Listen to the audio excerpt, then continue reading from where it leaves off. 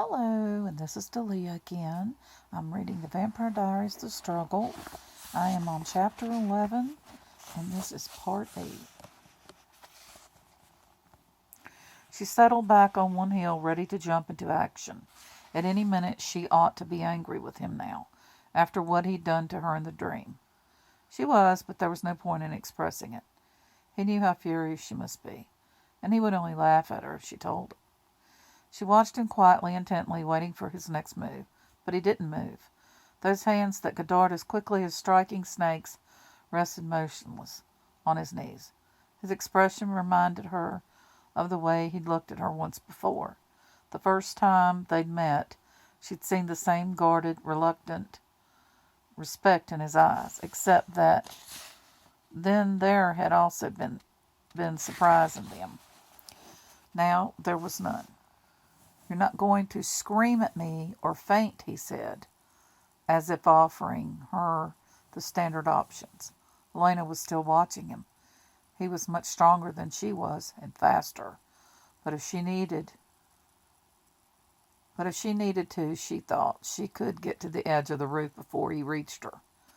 It was a 30-foot drop.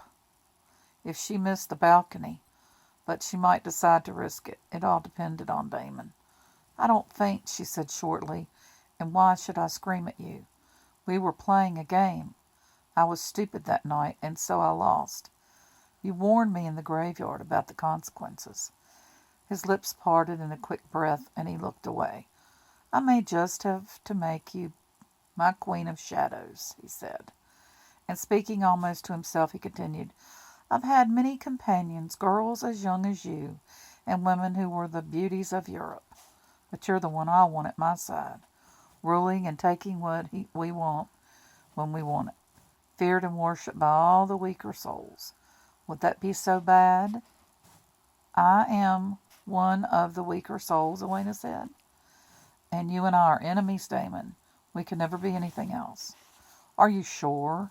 He looked at her, and she could feel the power of his mind as it touched hers, like the brush of those long fingers. But there was no dizziness and no feeling of weakness, of succumbing. That afternoon she'd had a long soak, as she always did these days, in a hot bath sprinkled with dried vervain. Damon's eyes flashed with understanding, but he took the setback with good grace. "What are you doing here?" he said casually. It was strange, but he felt no need to lie to him. She felt no need to lie to him. "Caroline took something that belonged to me. A diary. I came to get it back." A new look flickered in the dark eyes. "Undoubtedly to protect my worthless brothers somehow," he said, annoyed. "Stefan isn't involved in this." "Oh, isn't he?" She was afraid he'd understood more than she meant to. "Strange. He always seems to be involved when there's trouble. He creates problems. Now, if he were out of the picture..." Elena spoke steadily. "If you hurt Stefan again, I'll make you sorry. I'll find some way to make you wish you hadn't. Damon, I mean it." "I see. Well, then, I'll just have to work on you, won't I?" Elena said nothing. She talked herself into a corner, agreeing to play this deadly game of his again. She looked away. "I'm going to have you in the inn, you know," he said, softly. It was the voice he'd used at the party, when he'd said, "Easy, easy." There was no mockery or malice now. He was simply stating a fact.